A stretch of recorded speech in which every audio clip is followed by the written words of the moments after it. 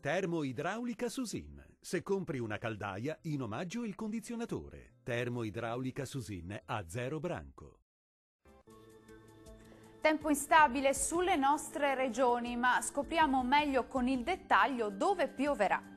Sul Veneto mattinata con più nubi e qualche rovescio sui settori alpini più settentrionali, tempo migliore altrove. Nuvolosità più diffusa a partire dal pomeriggio con piogge e rovesci sparsi sulle aree centro-orientali in genere, più soleggiato il veronese.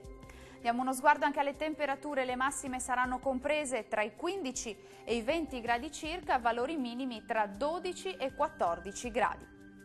Spostiamoci ora a vedere la situazione del Friuli Venezia Giulia. Anche qui il cielo sarà diffusamente nuvoloso con piogge sparse un po' ovunque, ma migliora in serata.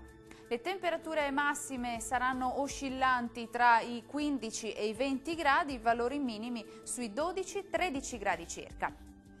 Concludiamo infine con uno sguardo alla situazione del Trentino Alto Adige. Anche qui il tempo sarà diffusamente instabile, molte nubi con rovesci sparsi sin dal mattino, fenomeni più diffusi sui settori centro-settentrionali, meglio altrove con più sole. Temperature massime sui 20 gradi, minime sui 14-15 gradi. Il mare sarà generalmente poco mosso, i venti deboli e meridionali. Dal meteo di Antenna 3 per ora è tutto, arrivederci.